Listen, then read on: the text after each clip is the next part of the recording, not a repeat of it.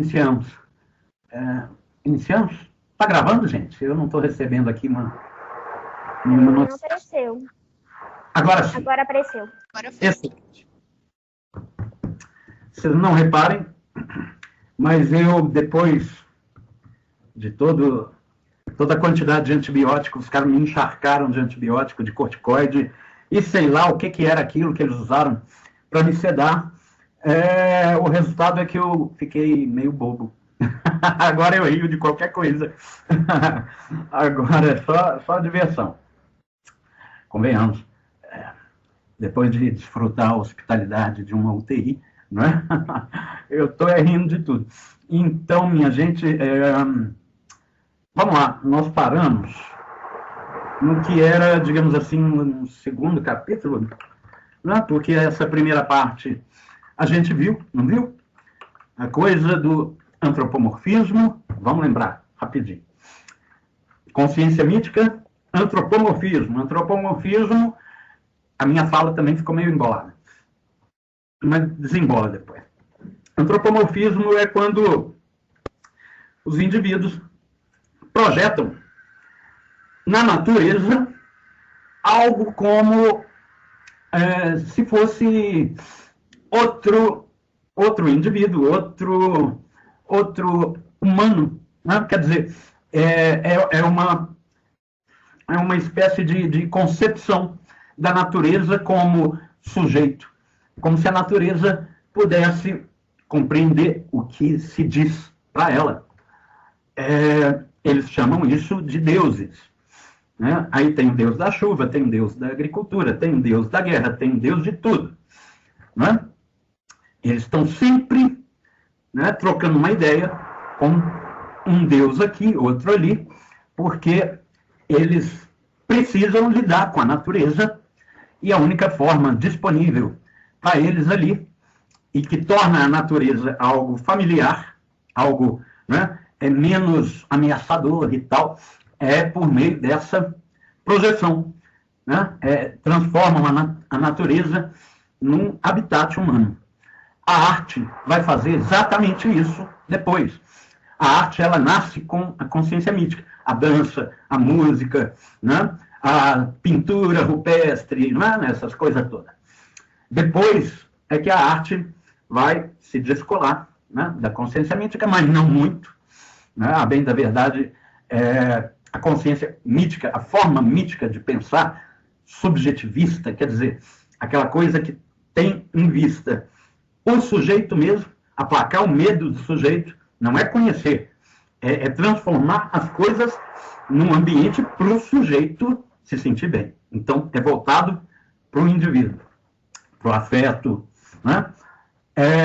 A arte tem como estofo, digamos assim, essa forma de pensar as coisas. A arte não é decoração. Tem gente que acha que eu vou colocar aqui um quadro do Romero Brito. Aquele cara que pinta aquelas coisas coloridas, aquilo para mim não interessa. Mas convenhamos, né? É uma arte que você olha assim e fala assim, olha, tem um cubismo aí, né? Já tem aí também um impressionismo, essas coisas já aconteceram aí, século XX, isso está meio datado, isso aí virou mais decoração do que arte. E o cara faz dinheiro com aquilo.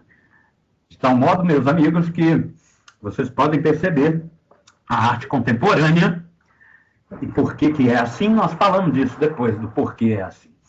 Mas a arte contemporânea, a arte de hoje, é uma arte que visa lavar dinheiro.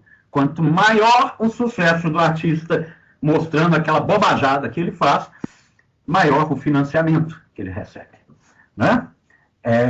O cara faz aquele sucesso, mostrando aqueles negocinho horroroso. Então, eu não sei se vocês viram aí, né, nas notícias, tem um artista, eu não sei se ele é búlgaro, acho até que ele morreu, mas não importa, continua fazendo dinheiro. Ele está, ou melhor, estão fazendo um projeto dele, que é empacotar o Arco do Triunfo em Paris. Empacotar. o Arco do Triunfo. Que loucura é essa? Uai, que loucura é essa? Lavagem de dinheiro, óbvio.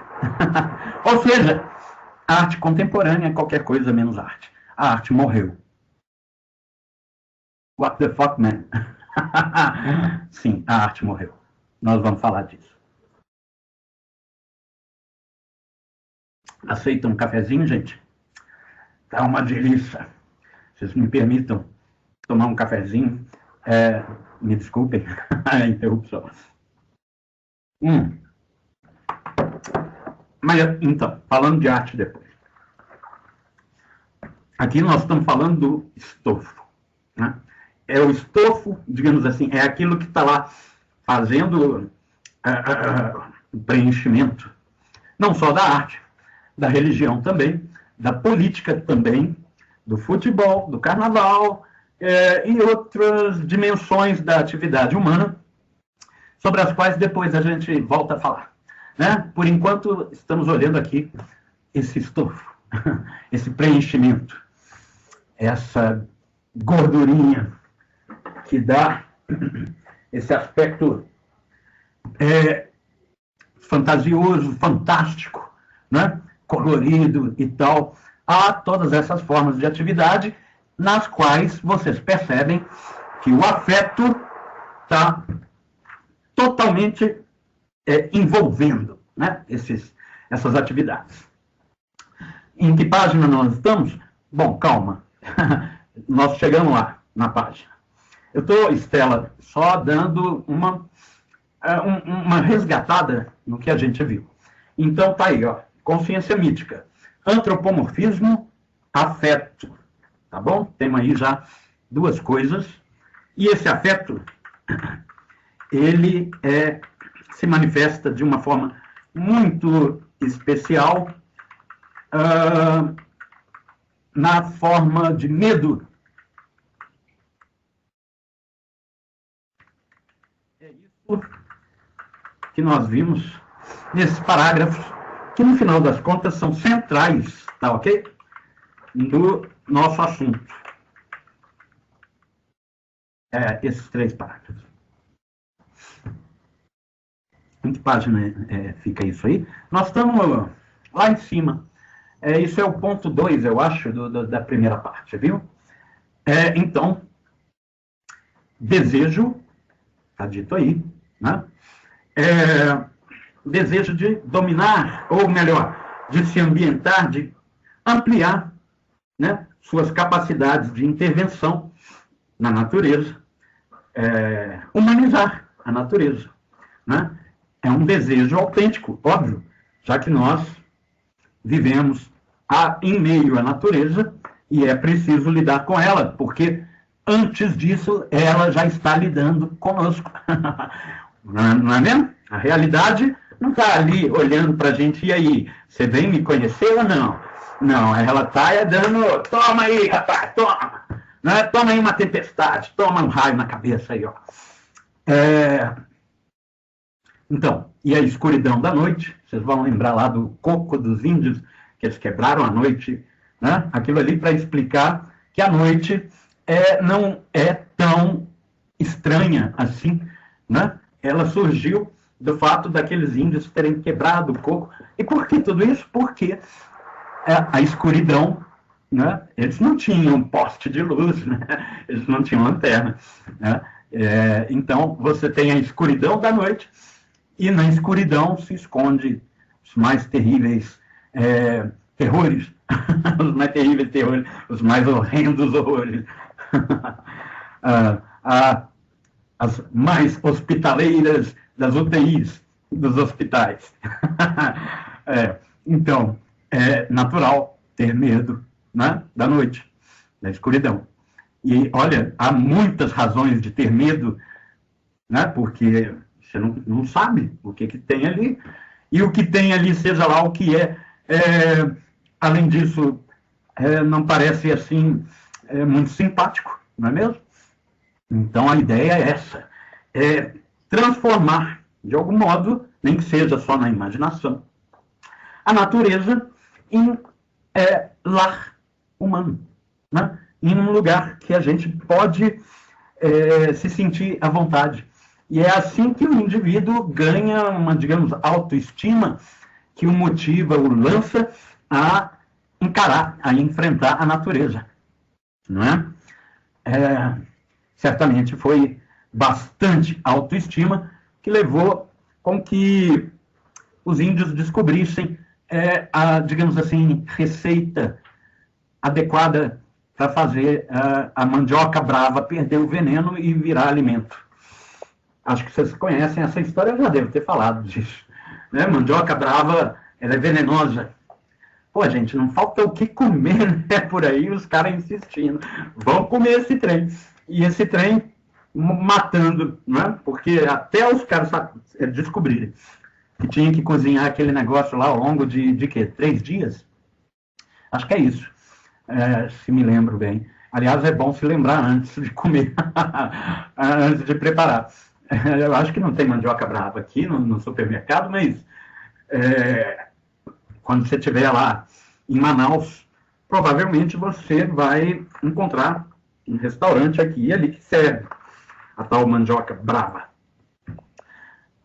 A braveza dela é que ela te dá um formigamento, ela começa a te anestesiar e você começa a desligar. E aí você bate as botas. Imagina, gente, isso é o nosso assunto do último trimestre, quando a gente for discutir conhecimento, ciência, coisas do tipo. Né? Como conhecemos, né? O que fazer, o que é isso, conhecer, né? As coisas e tal. Pensem bem, né? Não há um manual de instruções. Para nada. Onde que está o problema? Que o pessoal come a mandioca e morre. Está no barro da tigela? Ou será que a reza para o deus da mandioca, sei lá, deve ter um, assim como Ceres era, né, a deusa da agricultura, deve ter um deus da agricultura que tem que conversar com ele na hora de fazer essa mandioca aí. Pois é, será que a gente desagradou ele e está morrendo por causa disso? Ou será que é porque a água que a gente pegou lá para cozinhar a tal mandioca não devia ser a água desse rio, mas a água da nascente de não sei de onde?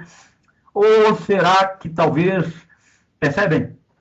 Onde que está o problema? Será que é a roupa que o sacerdote estava usando lá na hora de cozinhar o negócio? Será que foi a colher que ele usou que é inadequada?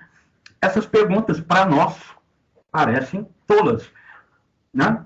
Assim, como que... Às vezes é o ambiente, a cozinha, né? Será que a cozinha é que está atrapalhando, é que está fornecendo? Ou tem aí más vibrações? Percebe? Para nós parece bobagem. Mas quando você não tem noção de nada, e você está ali na tentativa e erro, e convenhamos, esse pessoal deve ter errado muito até chegar lá no certo. Ou seja, deve ter morrido gente pra dedéu. Até... Ítalo, eu acho que foi comigo mesmo. Até os caras descobrirem como é que fazia, né? Quando a gente chegar no 3º trimestre, e nós vamos chegar lá, né? Porque o vaso aqui, pelo menos, vocês já viram, é ruim para burro, né? Não quebra. Porcelana chinesa made in Paraguai. Não basta ser chinês, tem que ser Paraguai também. Então não quebra. Então nós vamos chegar lá, né, pessoal? Vocês também tratem de chegar, tratem de vacinar. Espero que já estejam vacinando. Então, nós vamos falar de um caso que envolvia aquele senhor chamado Hertz. Hertz virou nome aí de frequência, né? Kilohertz. Pois é. Hertz estava fazendo uma experiência testando a teoria de Maxwell sobre as ondas de rádio Eu acho que é isso. Eu agora, como eu fiquei bobo e meio retardado, às vezes eu troco os nomes, mas vocês vão me perdoar, né? Ótimo, que bom, vocês vão me perdoar. Então, o fato é que ele estava lá medindo, né, as tais frequências de rádio, etc., mas elas não batiam com a teoria, e ele assim, o que está errado? Né? Será que é o medidor? Será que é as paredes do laboratório? Será que é a roupa que eu estou usando? Será que tinha que estar em 220 volts e não 110? A fonte de energia, não sei, e tal. E ele morreu sem saber onde que estava o problema. Angustiante. Pois é, lá para as tantas descobriram que era a parede do laboratório. Como assim, meu amigo? Vai, as ondas de rádio batiam na parede, voltavam, e aí chegava no receptorzinho, atrapalhava tudo, a experiência que ele fazia. E aí os resultados não batiam com a teoria. Quando os caras, né, pensaram que pudesse ser isso, e se essas ondas estão refletindo aí?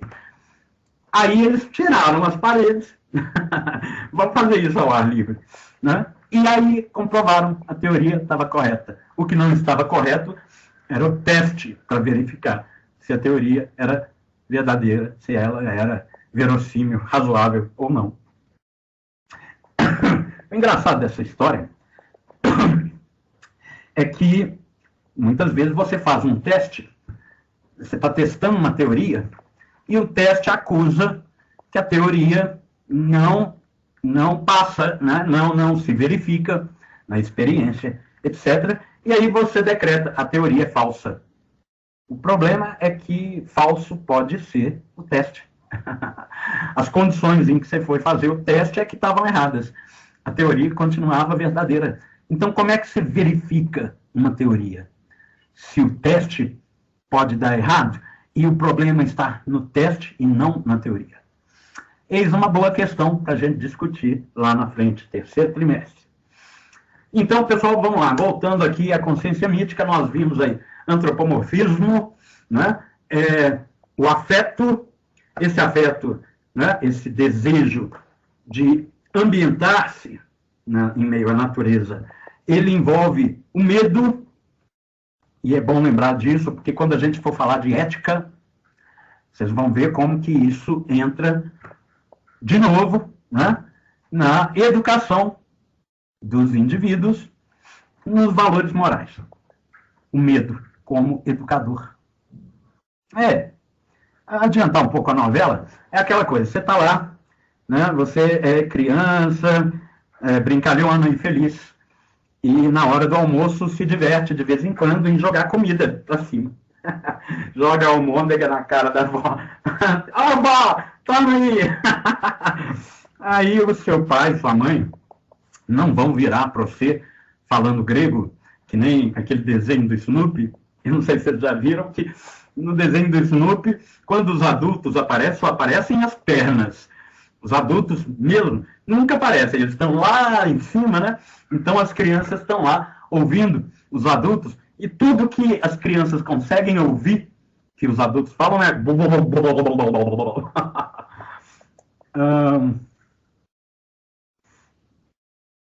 Stella, nós vamos resolver sua dúvida aí mais para frente, daqui a pouquinho.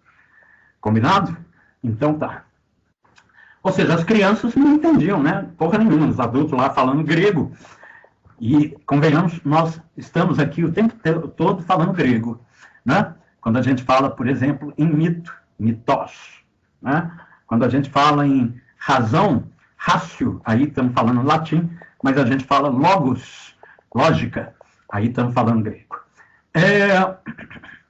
Então, seu pai, sua mãe não vai virar para você e falar, meu filho, você tem que respeitar a integridade física e psíquica da sua avó, e parar de desperdiçar comida num mundo onde 1 bilhão de pessoas passam fome, etc. e tal. Você tem que se alimentar para se nutrir, então para de brincar com a comida, seja um garoto, né, razoável, tenha reverência, dê valor ao alimento, blá blá blá. Você não vai fazer isso, porque para ele isso vai soar como uma massa sonora que ele não consegue discernir e vai jogar a comida de novo. Blá blá, ele está afim de brincar, né? Como todo mundo aqui já fez. Quem não fez, não teve infância. Quem não jogou comida pro alto, não sabe o que é ser criança. Então, aí, minha gente, o que seu pai e sua mãe fazem? Falam a sua língua. Meu querido, se você voltar a fazer isso, eu vou te dar um tapa na sua boca. Seu lábio vai te inchar até tomar o tamanho da sua cara. Aí a criança, né, opa, acho melhor respeitar os valores. Então, ele faz isso porque ele, de fato, respeita, reconhece alguma coisa? Não, porque ele tem medo. Mas nós chegamos lá, pessoal. Eu estava só querendo ilustrar aqui como que o medo, né, a consciência mítica, ela é a consciência da criança. Ela é a consciência da infância do indivíduo e da humanidade, né? Porque a humanidade, maior parte do tempo, sempre pensou, e ainda se pensa, né? De forma mítica.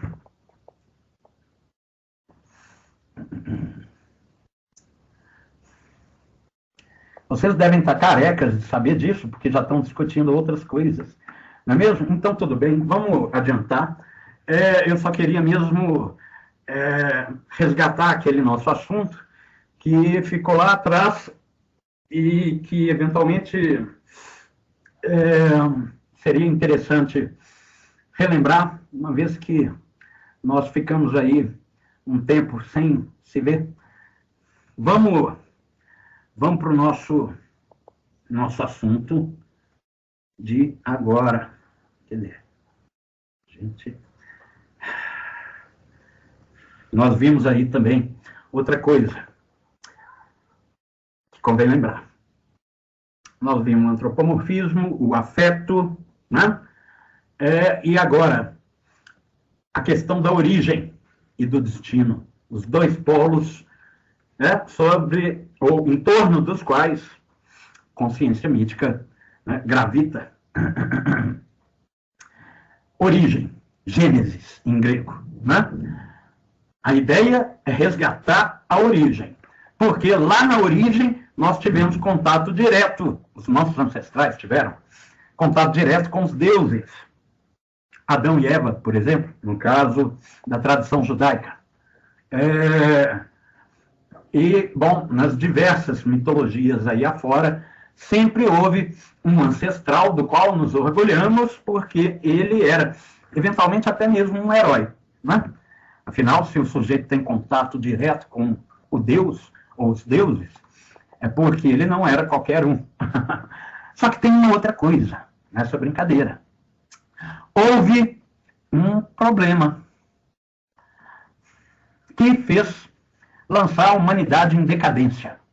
Então, nós aqui estamos num vale de lágrimas, porque lá atrás alguém cometeu alguma bobagem e a Golden Age, a era dourada da humanidade, cedeu lugar a essa era de lata.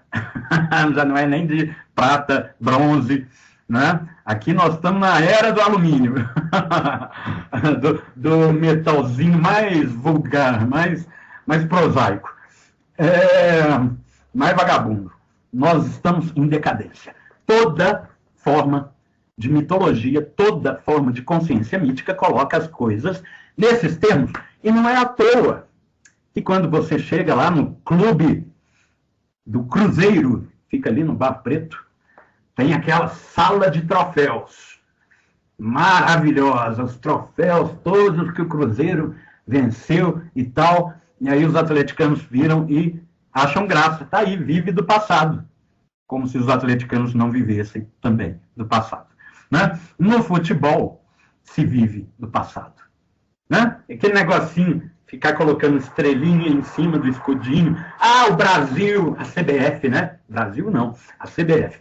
A CBF é o que mesmo? É hexa, né? Campeão, tem 6 estrelinhas. Daí leva 7 gols da Alemanha. Logo depois, o presente é a decadência.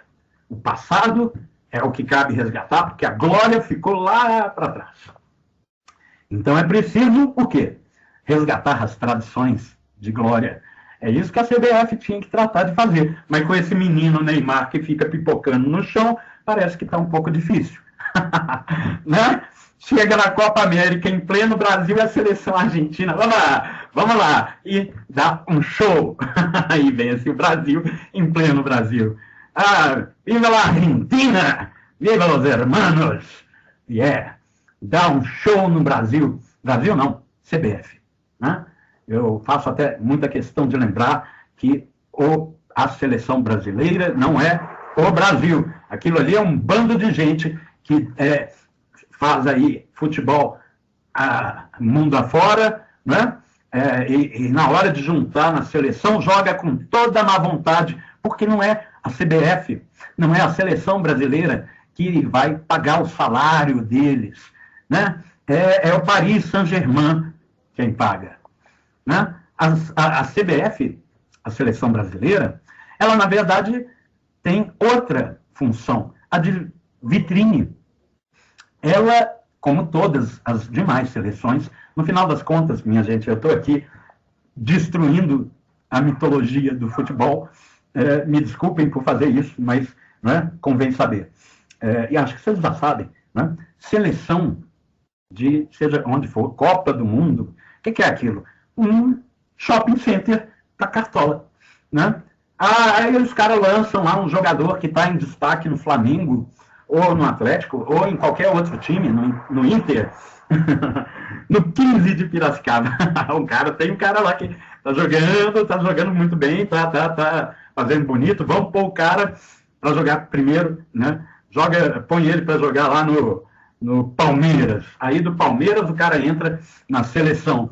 E no que o cara está na seleção, né? Daí ele vai para o Barcelona, para o Paris Saint-Germain, vai para não sei aonde, Manchester, que aliás voltou a resgatar o Cristiano Ronaldo. Cristiano Ronaldo e seus superpoderes de derrubar a bolsa de valores, simplesmente afastando o refrigerante da frente dele, vocês ficaram sabendo disso? Sensacional esse cara. Mas depois não falamos do Cristiano Ronaldo. Cristiano Ronaldo e Messi, grandes caras. Acho que o Cristiano Ronaldo mais, né? Pela pessoa também. O Messi é um cara legal. E joga muito. Vamos lá, né? Vamos voltar. Já o Neymar é uma vergonha. Deixa o Neymar pra lá. Aí, vamos voltar, gente. O fatão aqui é que, né, o nosso destino já está escrito, né? Ele já é determinado, há um plano para as nossas vidas, não há muito o que escolher, né? E o melhor que nós fazemos é manter obediência aos rituais de resgate da origem, porque por meio deles é que nós nos purificamos, digamos assim, limpamos essa sujeira do cotidiano, do presente, da decadência. Então, o ritual de resgate da tradição, da origem e tal, é um banho que os indivíduos tomam, um banho de glória, né? De tomar de novo contato com aquele passado de uma era dourada. Perfeito. Vamos lá. Mais um ponto. Nós vimos, então, antropomorfismo, o afeto, origem, destino, e agora o fato da consciência mítica ser coletivista. A individualidade não emerge, ela não se afirma. Ninguém na hora da dança da chuva, de pintar o rosto com, né, tal e tal jeito, que tem que ser daquele jeito. Ninguém vai virar e falar, não quero listrinha, eu gosto de bolinha. Eu não quero cor vermelha, eu vou fazer verde. Se o sujeito fizer isso, ele está banido. Vai embora. Você não pertence mais à tribo, ao bonde. Você está convidado a sair do bonde. E aí, como a individualidade, ela, digamos assim, a identidade do sujeito, ela é construída coletivamente, o cara perde a identidade. Não estou falando do documento, evidentemente. Perdi o documento de identidade, tudo bem, você tira a segunda via. Mas ele se olha no espelho das águas e não reconhece mais quem ele é. Por quê? Porque ele já não está mais no habitat dele. Quem ele é fulano da tribo tal. É assim mesmo que quando a gente vê os filósofos, os primeiros, todos eles são Tales de Mileto, né? Pitágoras de Samos, né? Aristóteles de Estagira, Platão de Atenas.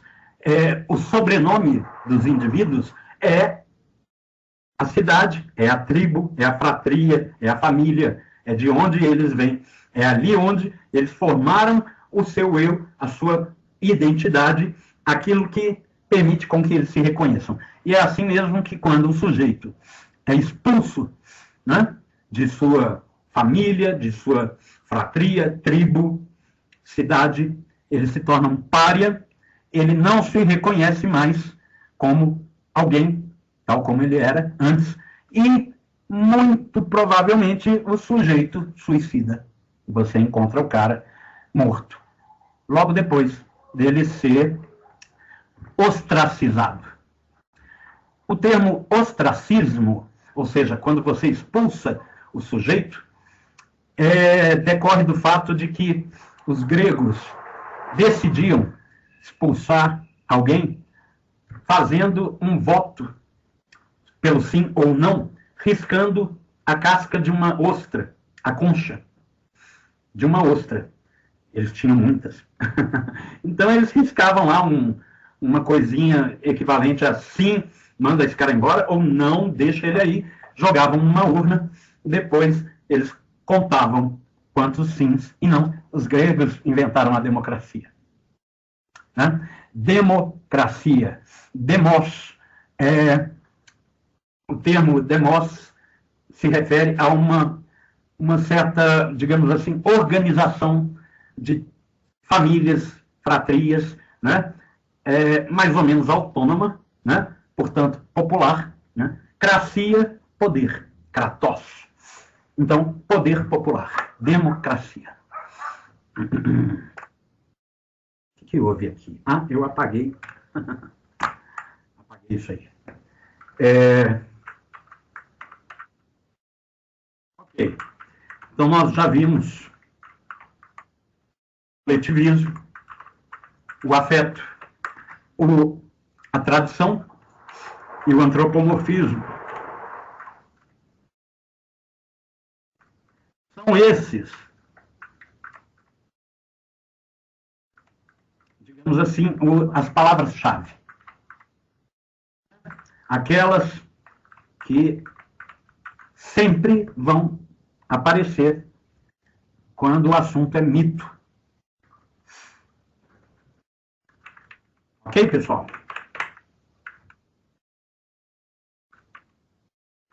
A gente até podia notar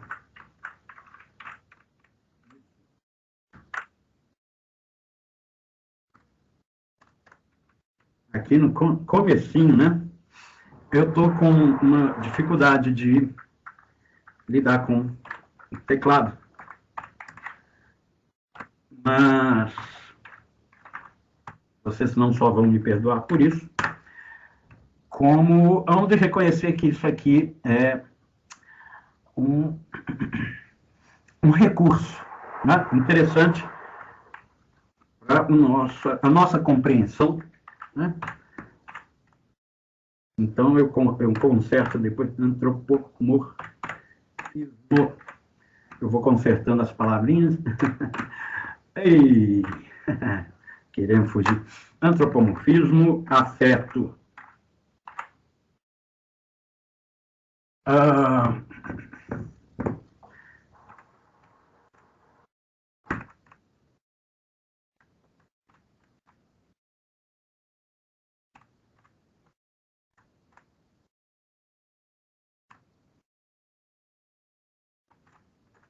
Eita.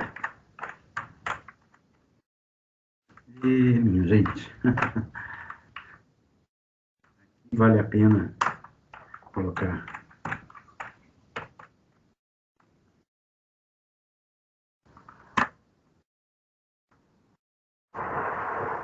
Tá faltando uma. Tá faltando, não tá?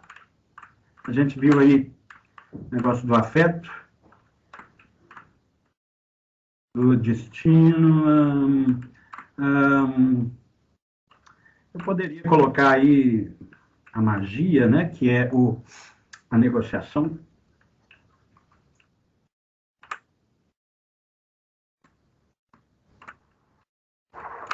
Eu não estou lembrado se alguém aí... depois a gente assiste o vídeo e eu coloco aqui para vocês. Né? Aqui vale a pena colocar tradição versus decadência. Porque vivemos na decadência, no Vale de Lágrimas. É a vivência da tradição, o resgate da tradição é aquele banho de glória. A tradição gloriosa, né? A origem gloriosa, né? E o destino inescapável, o coletivismo. Por hora, é o que eu consigo me lembrar. Cadê minha régua? Exibir. Régua. Cadê a régua? É essa régua aqui. Porque... Por quê? Sério, hein? Achei. Era isso que eu queria fazer. E não deu certo. Vamos fazer então diferente. Ou eu estou fazendo o quê, né? Estou perdendo tempo de vocês? Não. Oh, my God. Vocês ainda conseguem enxergar o texto, gente? Estamos. Pois é. Eu continuo apanhando desse... Diminuir o tamanho da... Pronto! Cabeu! Então, vou salvar. Vocês vão encontrar esse texto com essas mudanças. Eu vou colocar lá em arquivos. Para quando vocês quiserem, vocês encontram todas essas modificações feitas no texto. E a gente faz aí uma avaliaçãozinha sobre isso, né? Vocês já estão vendo ali as palavras-chave do que se trata, né? Quando a gente fala de mito, daquilo ali.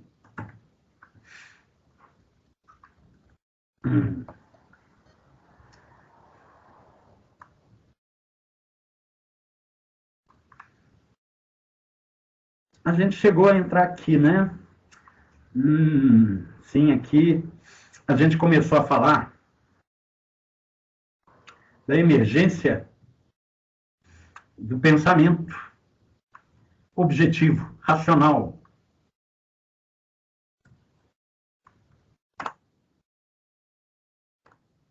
Não funcionou.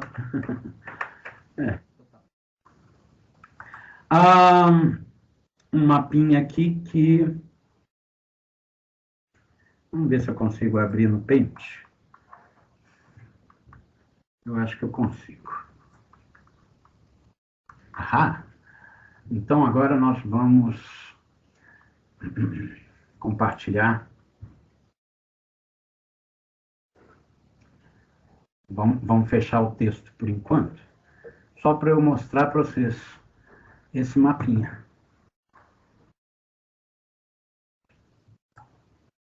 Todo mundo vê o mapa, né?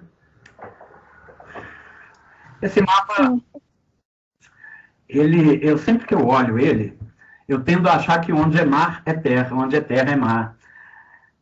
Se a gente inverter as cores, talvez fique um pouco melhor de ver. Mas, enfim, onde está claro é terra, onde está escuro é mar. Né? Nós estamos vendo aí a Grécia no centro. Ali, como é que eles falam mesmo, quando você tem esse pedacinho de terra? Tal como Portugal e Espanha, É Península? Não, né? Eu esqueci, poxa. É o Peloponeso.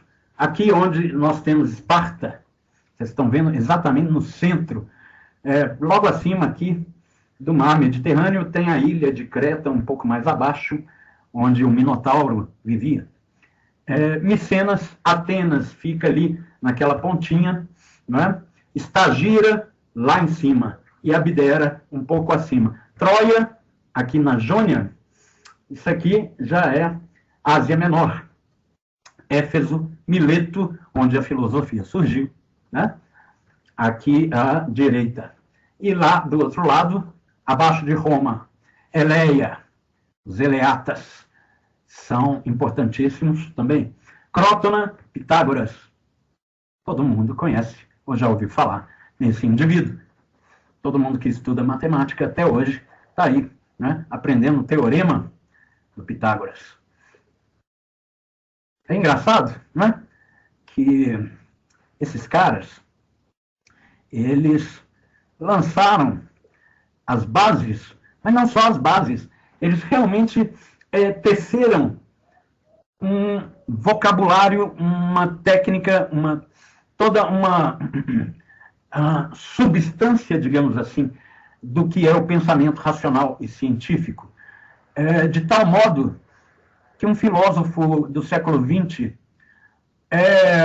cujo nome agora me escapa, mas isso não interessa, o que interessa é o que ele falou. Ele disse que tudo que foi feito depois dos gregos são notas de pé de página. Ele exagerou um pouquinho, convenhamos, mas ele não deixa de ter alguma razão, né? Toda a matemática que nós estudamos foi desenvolvida, não evidentemente apenas pelos gregos, mas pelos indianos, pelos árabes, pelos egípcios, né? Macedônios, esse povo que está todo aí ao redor, ó, né? Aos árabes a gente deve o número 0. Os gregos foram incapazes e seriam incapazes de pensar o número 0, e nós vamos ver por quê depois. E os pitagóricos, quando eles cismaram de calcular a raiz quadrada de 2 e descobriram os números irracionais, eles simplesmente enlouqueceram. Por quê? Nós vamos descobrir por quê lá para frente. Eles chegaram a se matar. Nego saiu se matando, mesmo. Por isso, a raiz quadrada de 2 dá um número irracional. É isso mesmo, né, minha gente? Vocês que estudam matemática, eu já não estudo matemática tem algumas décadas. Eu fui monitor no ensino médio de matemática, para vocês terem uma noção da decadência. Então, nós estamos vendo a Turquia ali em cima, e tem um nome ali, Demócrito. Nós vamos falar desse cara, né? Troia, Estagira, isso tudo ali que hoje é a Turquia, era a Macedônia, né? A Jônia. O Aristóteles vem de Estagira. O Clóvis de Barros Filho, que é um cara que faz aí palestras, tem muitos vídeos dele no YouTube, é um filósofo, um professor de filosofia, um cara muito engraçado. Eu recomendo, eventualmente, que vocês assistam alguma coisa dele, porque é um cara realmente muito legal. Estava contando que ele foi em Estagira e chegou lá e era uma cidade muito pobre. E ele olhou e falou assim, mas e aí, vocês negaram a humanidade, foi só Aristóteles. Aí o cara assim pergunta para ele, de onde que você vem? Brasil. Ah, tá. Pois é, nós negamos à humanidade Aristóteles. E aí? Aí ele diz que a cara dele caiu no chão, porque Aristóteles é possivelmente um dos 5 nomes mais importantes da história humana em todas as áreas, né? Aristóteles é o cara. Sabe o que é o cara? E ele está acima do cara. Ele é o cara do cara. Ele é um deles, pelo menos. Ele é um top 5, ok? Em qual ponto que ele está no top 5? Deve estar ali em primeiro lugar, ou talvez em segundo, aí eu já não sei dizer. Mas isso não nos vem agora, no momento, ao caso. Então, vamos voltar ao nosso texto. Naturalmente, vamos voltar. Estela, os caras, de onde eles tiraram essas coisas? Nós vamos falar exatamente disso. De onde é que eles tiraram essas coisas? Essa é uma ótima questão. Eles eram inteligentes como nós somos. Eles eram pessoas comuns. Mas de onde que saiu tudo isso? Eis a questão. Vamos voltar ao nosso texto.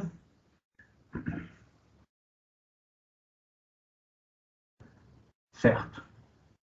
Eu espero que sim. Espero que vocês estejam aí de volta ao nosso texto. A autora, ou melhor, as autoras, começam a falar de como os mitos eles eram transmitidos oralmente. Aliás, o termo mito significa exatamente isso, oralidade. Né? Ela chama atenção disso que nós já vimos, né? O mito é folclórico. Folclore é um termo alemão, Volkswagen, folclore, canto popular, anônimo, óbvio. E outra coisa, fantástico, entre outras coisas, porque quem conta um conto vai aumentando os pontos. Então, a tendência é que a mitologia vai ficando cada vez mais doida, vai ficando cada vez mais fantástica. Tudo bem.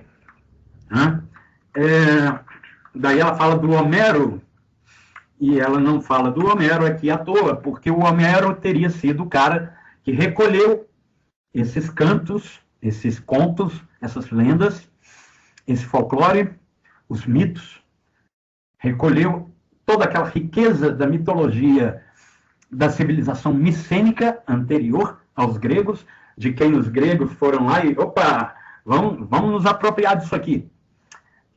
Isso vale a pena, hein? Lembrar. Mitologia não tem dono, ok? Mitologia passa de povo para povo. E aí eles ficam assim, opa, esse deus aqui, ó, né? Por exemplo, Dionísio, que chega lá em Roma, Roma também vai lá e cata tudo dos gregos. Vira Baco. Baco, o deus do bacanal, da bebedeira, do vinho, da alegria, da festa, da doideira, do red tube, e não sei mais o que. É contra Baco e Dionísio que o cristianismo inventa a ideia de Satã, o capeta. Né? Isso aí é capetagem. Dionísio, Baco, orgia, cachaça, essas coisas, isso é coisa do capeta. Não existia Covid na época. Se existisse, eles iam ver o que é capeta. Bom, mas então, Homero é o cara que passa por papel. Né? O Homero é o cara que junta um bocado de papiro para dar depois o nome para um conjunto deles, de Ilíada, Ilion, Troia, a guerra de Troia, e depois Odisseia, que é a volta de Odisseu, ou Ulisses, para casa. É interessante, porque a história do retorno de Odisseu, Ulisses, para casa, coloca a seguinte questão: quem foi é o mesmo que está voltando? Quem foi lá para a UTI ficar entubado é o mesmo que está aqui agora? Mais ou menos. Tem umas coisas aí que permanecem. Nós vamos falar disso lá na frente. Acho que já falamos um pouco, mas vamos voltar a falar. Né? Tudo que existe está em movimento. Mas se tudo estivesse movimentando, modificando, fluindo, se transformando junto, ao mesmo tempo, o tempo todo, nós não teríamos como identificar as coisas, né? Porque o livro deixaria de ser livro, tão logo ele, né, virasse outra coisa. É claro, processo de transformação disso aqui em lixo demora um bocado, né? Papel a se decompor. Todo mundo aí que estuda física sabe do que eu estou falando. De fato, tudo está em movimento, tudo se transforma o tempo todo. Mas não ao mesmo tempo. Tem algumas coisas que demoram mais que outras, e isso em tudo que existe, em especial nas pessoas. E é exatamente assim que quando você reencontra aquele amiguinho de infância que hoje usa barba, cabelo comprido, brinco, perdeu uns dentes, etc. e tal, você fala: Joãozinho, meu amigo, de tanto tempo atrás, quanto tempo que eu não te vejo, né? Você reconhece o sujeito, sendo que ele é outra pessoa, ele virou tudo nele, mudou, a pele está morrendo o tempo todo, né? É por isso que a gente toma banho todo dia, porque a pele está se renovando o tempo inteiro. Ou seja, isso que aparece, né, para as outras pessoas, está mudando o tempo todo, e, no entanto, a gente reencontra nosso amiguinho de infância e reconhece ele, sendo que ele mudou totalmente. Aí é que está, não mudou totalmente. Alguma coisa lá continua e permite com que a gente olhe para ele e fale: é um Joãozinho. Reconhece ele e ele nos reconhece. Né? Se ele não tiver, além de todas essas coisas, ficado muito doido e já não reconhece mais nada. Mas vai saber, nós que não somos muito doidos, não é mesmo? Né? Conseguimos reconhecer os nossos amiguinhos de infância, mesmo depois de passar tanto tempo. Né? Às vezes é até muito divertido, né? Porque você olha assim, a pessoa, né, se cercou de tantas experiências, né, que ela realmente mudou muito. E já não é exatamente aquele nosso velho amigo, porque agora nós temos uma nova pessoa aí, que é uma continuação daquela, mas já é assim, um desenvolvimento ou, né, uma transformação tal que é preciso conhecê-la de novo, se for o caso. Né? Mas a gente continua vendo, opa, é aquele cara com quem eu tomava mamadeira lá na creche, a gente lá enchendo a cara de leite e falando de futebol e tal. Vamos lá, meus amigos. O fatão aqui é que Ulisses, aquele que volta, não é mais o mesmo que partiu. Nessa brincadeira, tem um outro sujeito que chama Teseu. Ele tinha um barco que foi apresentando problemas durante a viagem de ida e volta. Então ele trocava aqui uma peça, consertava um negócio ali, né? Tinha o piso lá que começou a apodrecer, ele trocou o piso, né? Foi reformando o barco dele durante as viagens, de tal modo que quando ele volta para casa, o barco todo já era outro barco, porque todas as peças do barco tinham sido trocadas. Mas o fato de ter sido uma, depois outra aqui, outra ali, fez com que o barco fosse idêntico ao barco anterior. A questão é o mesmo barco ou não? Porque é idêntico. Se é idêntico, parece que alguma coisa permaneceu, apesar dele ter trocado todo o material. O que permaneceu? A forma. Nós vamos chegar lá. Forma e conteúdo. O conteúdo ele trocou, mas a forma permaneceu. Em outras palavras, a matéria e a essência, né? A coisa e o projeto, se quiser assim, né? Digamos, a arquitetura da coisa permaneceu. Essa é uma questão que filósofo fica discutindo aí até hoje. Se o barco poderia se dizer que ainda é o mesmo barco ou não. Isso não interessa a nós. Ou pelo menos não interessa agora. O que interessa é que o Homero jogou no papiro o que até então era cantado e recantado. E essa brincadeira é um dos fatores determinantes do surgimento de um pensamento novo, de uma forma nova de pensar, que nós vamos chamar de razão, de racionalidade. Do que eu estou falando? Da escrita.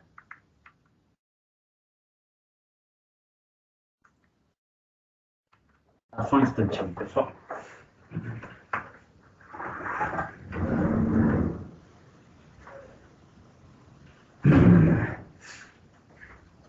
Tive que resgatar o Bruce Lee. Agora o nome dele é Bruce Lee. O Eric, eu vou aproveitar que você está apresentando o gatinho, vou tomar uma água ali rapidinho, viu?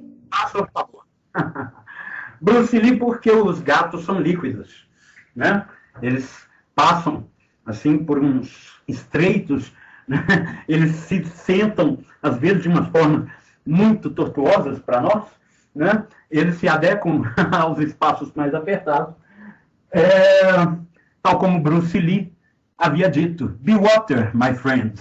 Então, tá aí, né? O gato, água. O gato adequado, adequável. Esse aí é o Bruce Lindo. É o novo nome do Bino. Bino, eu já falei, porque ele é albino. Ele é quase albino. Por isso que ele tem os olhos azuis e é todo branquinho, né? Gatão fofo. Que eu antes chamava de tufão, porque ele solta tufos de pelo. E agora minha camisa preta ficou branca. Bora, gente.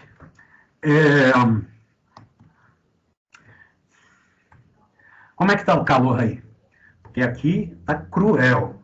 Aqui não só tá quente, como tá seco o tempo. Aqui tá demais também. Tá, não tá? Pois é. Só que aqui, além de tudo, de noite faz muito calor. Eu imagino que... Elisa falou que tá tendo muita queimada também. Aí, além do calor, a fumaça. Ah, verdade. Toda hora brotando aí foco de incêndio ou algum FDP que começa a fazer... A Elisa perguntou se você sente muito cansaço no calor. Sinto. Eu sinto cansaço também por conta do Covid, porque ele atrofiou, né, o fato de eu estar lá internado, parado, né? Então agora, qualquer coisinha, eu estou cansado. Eu acho que eu só não me canso de falar. Azar. Eu falo para burro, porque também, gente, eu fiquei um mês sem falar nada. Agora eu estou falando sem parar. igual os pais lá dos meninos do igual rádio, como a minha mãe fala. Tipo, né? Blá, blá, blá. Massa sonora indiscernível, né? Blá, blá, blá, blá. E o povo escutando um negócio desse. Puta merda, o cara tá falando grego. E sim, estamos falando grego aqui. Então, minha gente, vamos lá. Aqui ela fala do destino. Engraçado porque aqui onde ela vai falar da consciência racional, da emergência da consciência racional, ela dá continuidade ao assunto anterior e coloca uma série de coisas que dizem respeito ao assunto anterior. Né? É aqui que ela fala do destino. Né? Aí. Aqui ela fala da virtude aristocrática. Interessante lembrar isso. Mitologias têm sempre relação com divisão de poderes no interior de uma sociedade. Óbvio, entre os índios isso não se verifica, porque ali todos são guerreiros. Mas entre os gregos, nós vamos perceber que, primeiro, o fato de que eles pegaram a mitologia da civilização micênica que vivia lá na Grécia antes dos helenos chegarem. Os helenos, eles não são originários da Hélade, ou seja, os gregos não são originários da Grécia. Eles chegaram lá, tomaram, e é ali que eles constituíram o que hoje é chamado de Grécia, né? Cultura grega, etc. e tal. E aqui cabe lembrar o seguinte: não chame um grego de grego, porque isso é um termo pejorativo, que foram os romanos que deram para eles. O grego é o heleno, a Grécia é a Hélade, a terra dos helenos. Ok? Bom, eu acho que ninguém aqui vai encontrar um grego. Eu tenho um amigo grego. E ele fala, eu sou o grego. Claro, a essa altura do campeonato, como fugir disso? Né? Vocês são gregos aqui, né? Em português ninguém fala Hélade, nem helenos. Aqui a gente chama Helena de grego. Azar o seu aí, grego, se os romanos passaram a chamar vocês de grego. Mas, enfim. A mitologia grega, né? A consciência mítica grega, desde sempre está ligada a um grupo a uma classe de guerreiros, né?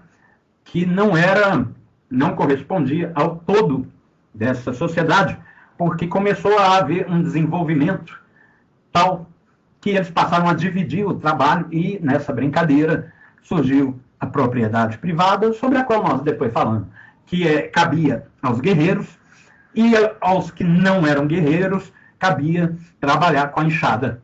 Né? Esses eram sem terra. Eles trabalhavam na terra dos guerreiros. Nessa brincadeira, nós vamos ver que esses sem terra começam a reivindicar reforma agrária. Mas isso não é coisa de hoje, do Brasil? Para vocês terem noção do quanto que o Brasil está atrasado nessas questões.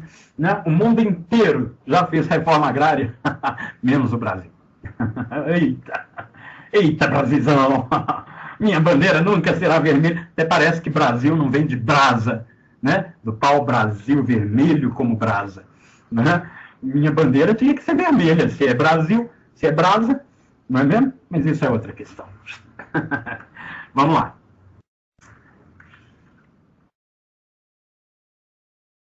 Ela fala aí do Hesíodo, um outro cara que também recolhe a poesia popular, né? A mitologia, o folclore. Só que nele as coisas já são um pouco distintas do que o que a gente vê no Homero. Hesíodo e Homero, os dois pilares da mitologia grega. Homero é mitologia raiz. Hesíodo, mitologia Nutella. What the hell? É o seguinte, aqui, como nós vamos observar, ele é alguém que se afirma perante os outros como o autor daquela poesia que ele está recolhendo. Por quê? Porque esses caras, na hora de, né, cantar, né, os mitos de cidade em cidade, eles cuidavam da forma, de modo que passou-se a prestar atenção na métrica, número de sílabas, nas rimas, né? Então eles faziam tudo nos versos, vem um verso assim, um verso assado, aí você tem estrofes, os caras começam a dar uma estrutura àquele conteúdo, por isso que eles são chamados de poetas, e é isso que o Hesíodo faz com bastante esmero, com bastante cuidado, ele era um jardineiro das palavras, né? E é por isso que é lindo de ler. A Teogonia, que é um dos trabalhos dele, que chegou até nós, que conta a origem dos deuses, do mundo, do homem, etc. É o Gênesis dos gregos, a Teogonia. Teogonia, a origem dos deuses. E ele escreve O Trabalho e os Dias, que é uma outra obra em que ele fala, né, especificamente da atividade humana, daquilo que humaniza, né, aquilo que está no Gênesis também. Agora vocês vão trabalhar, agora que vocês deixaram de ser animais, viraram homem, aqui o paraíso, a natureza, já não dá nada mais de graça para vocês, como, né, dá para os animais. Né? Agora vocês têm que trabalhar. Engraçado isso, né?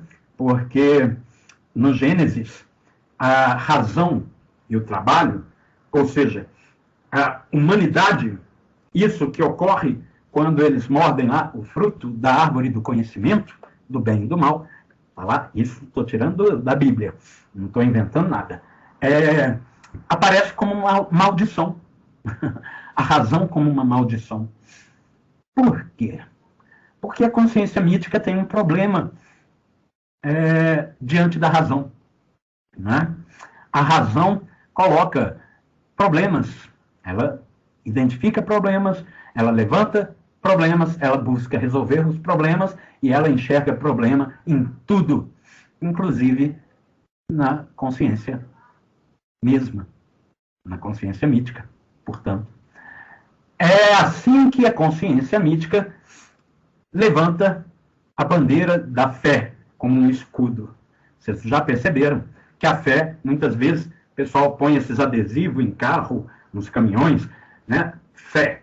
E o escrito, né, dá a entender que a fé é um escudo. Um escudo contra o quê?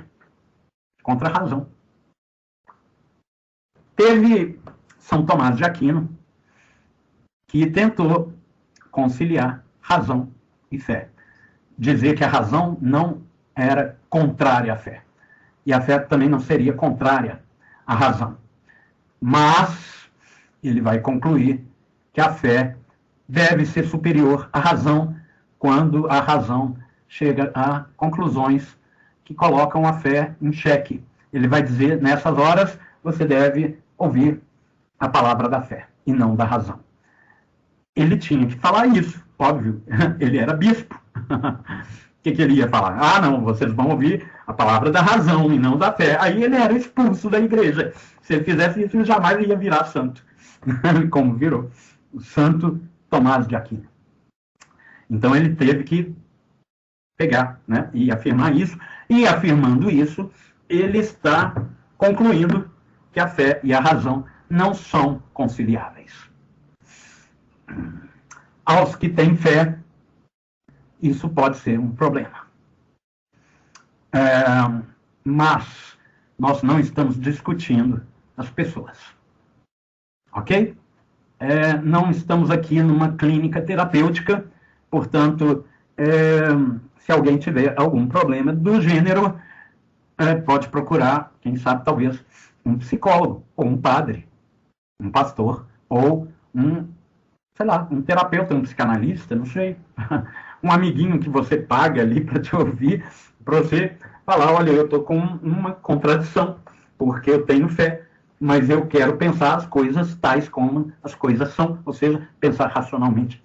E quando eu penso racionalmente, eu concluo que Deus não pode ter onisciência, por exemplo. E se ele não tem onisciência, ele não é Deus. Se ele não tem onisciência, ele não existe. E como é que fica a minha fé? E por que ele não pode ter onisciência? Porque se ele sabe de tudo, ele sabe o que eu vou fazer no futuro. Significa que as minhas escolhas já estão pré-determinadas. Então não sou eu que escolho. Então cadê a minha liberdade? Cadê a minha responsabilidade pelo que eu faço? É o que o Santo Agostinho enfrenta quando escreve sobre o livre-arbítrio, que é um livro que talvez vocês consigam achar aí em PDF, na internet. Caso queiram, eu posso procurar aqui também. Eu devo ter ele nos meus arquivos. É um problema sério, porque o livre-arbítrio, inclusive, faz parte da doutrina cristã. Mas como que você concilia liberdade, né, autonomia do indivíduo e onisciência de Deus? É o que o Santo Agostinho tenta resolver. Se ele conseguiu resolver ou não, bom, vocês peguem lá o texto e avaliem por si próprios. Eu não vou aqui estragar esse prazer de vocês descobrirem o resultado. Bora, né, gente? Vamos lá. Nós temos ainda 20 minutos. É isso mesmo? Vejamos. Não, nós temos 10 minutinhos. Vamos lá. A emergência da consciência racional se deu entre os séculos, vejam, século VIII ao século VI. Significa que foi um processo demorado. Como a Estela perguntou ali, de onde esses caras tiraram tudo que eles tiraram? Foi um processo, foi demorado. E sendo um processo, o negócio foi sendo descoberto por meio da própria atividade prática desses indivíduos. Não saiu da cachola de ninguém, não brotou no gabinete de estudos de algum cientista maluco, até porque não existia nenhum. Foi existir só depois que surgiu. Deve ser por isso que a razão é vista como maldição no Gênesis, porque o cientista fica doidão, ele é tão racional que ele fica doido. Mas que estranho isso. Eu achava que a mitologia que era louca, afinal o cara morre lá e depois renasce. Eu não estou falando de Jesus, estou falando de Agamenon. Jesus também morreu, depois volta vivo. Eu sei assim, mas que coisa maluca, ele era homem. Ele era o Deus em forma humana. Ele morreu. Bom, tudo bem, ele era Deus, então ele pôde voltar. Bacana. É uma explicação um pouco difícil de compreender, mas quem é que disse que nós somos convidados a compreender a mitologia? Né? Você está chamando a Bíblia de mitologia? Olha, minha gente, mitologia é o estofo, ok? Dessa forma de literatura, que é a escritura sagrada, não só judaico-cristã, mas de todos os povos. Né? Aos que acreditam, a questão, né, é a seguinte: e se o Deus, de fato, for Alá e não Jeová? Ou se for Brahma? Não falo a cerveja, evidentemente. Falo o Deus da tríade hindu, Brahma, Vishnu e Shiva, mais ou menos equivalente ao Pai, Filho e Espírito Santo da nossa cultura. Qual que é o critério? O critério é onde você nasceu, quem são seus pais, eles compartilham de qual crença? Seus pais são mormons, portanto você é mormon. E, portanto, o verdadeiro Deus, a verdadeira escritura, a verdadeira religião é a sua. Portanto, o critério é você. Não vimos lá atrás que a consciência mítica se volta ao sujeito e não aos objetos? Qual que é a função? Aplacar o seu medo. Então, qual é o verdadeiro Deus? O seu. Portanto, quem é o verdadeiro Deus nessa história? Você. What the fuck, man, que você está falando? Isso é heresia. Ora, gente, uma vez que os homens são expulsos do paraíso, eles deixam de ser animais, não só no Gênesis, mas em outras mitologias mais, é assim também que as coisas acontecem, né? Eles abandonam, ou eles são expulsos da natureza e passam a ter que trabalhar, eles passam a criar um mundo humano, né? A transformar a natureza em natureza humana, tal como vocês podem ver aí ao redor. Né? Eu tenho aqui uma parede, tenho um armário de madeira, né? Ou seja, aquilo ali era uma árvore, que eu transformei em árvore humana. Né? Agora, essa árvore assumiu forma de armário. É uma árvore humanizada. E o gato também é um animal humano. Não existe gato na natureza, como não existe cachorro. Cachorro é um produto da atividade humana de cruzamento de duas espécies de lobos diferentes, que resultou numa diversidade enorme de raças de cães. E é a mesma coisa que acontece com vacas, porcos, galinhas, cavalos e outros bichos mais. Todos eles, criação. De quem? De Deus? Não, do homem. Na natureza não existe. Existe, digamos assim, formas selvagens de gatos selvagens, cão nenhum. Você não encontra cachorro na natureza. Né? Gato selvagem é uma coisa assim que a gente chama por outros nomes, né? Onça, pantera, tigre, leão e outras formas. Mas gato mesmo é sempre Nutella. Gato raiz não existe. Então, tudo isso para quê mesmo? Para dizer que toda essa, né, esse formar-se, né, criador de uma nova natureza, por meio de uma intervenção nas coisas, na realidade, obedecendo a lógica própria das coisas, identificando, traduzindo, né, decifrando e percebendo em que medida uma árvore se permite virar armário, por exemplo, né, é que nós, né, nos tornamos humanos, tornamos o ambiente humano esse processo ele começa ali no século VIII a.C., entre os gregos. E foi entre os gregos, sim. Há aí uma galera falando, não, existe filosofia na Índia, existe uma filosofia africana, muito anterior aos gregos, etc. e tal. Olha, você pode até chamar a filosofia indiana, oriental, em geral, a chinesa, etc., de filosofia. Nomes, né? Pode chamar, se quiser. Isso não altera o fato de que a filosofia grega, ou o pensamento grego, é o único que se despe de qualquer traço mítico. Ou seja, vamos supor, há uma filosofia indiana, mas ela é estofada de consciência mítica. Isso é que é a filosofia deles? Bom, para mim nada. Né? Eu não interessa. Né? Vamos lá, ver a coisa como ela é.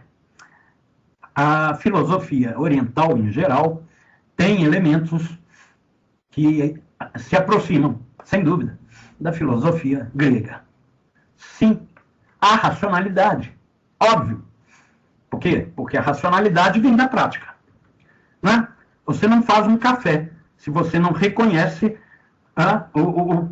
os elementos com os quais você tem que lidar. Por exemplo, como é que você ferve a água para passar o café? Como é que você sabe que você pega a água e joga ali no pozinho do café? Como é que você faz aquele pó?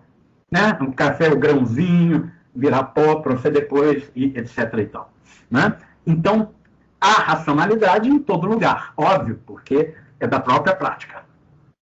Acontece que os gregos transformam essa prática, essa racionalidade, numa forma, digamos assim, global de pensar a realidade.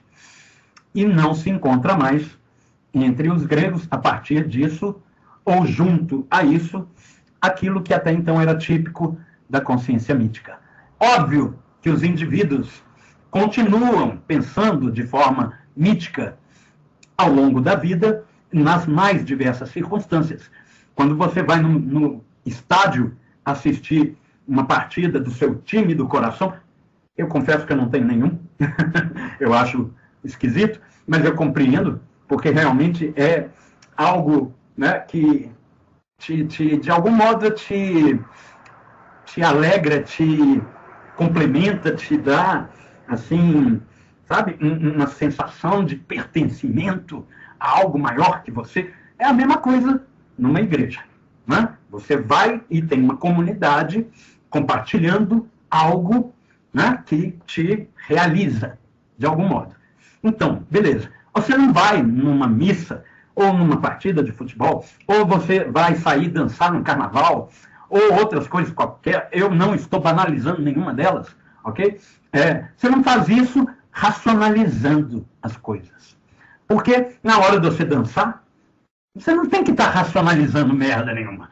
Convenhamos. Você tem que estar pondo, né, as suas forças em movimento, tal, porque aquilo ali... Agora, óbvio, se você for racionalizar as coisas...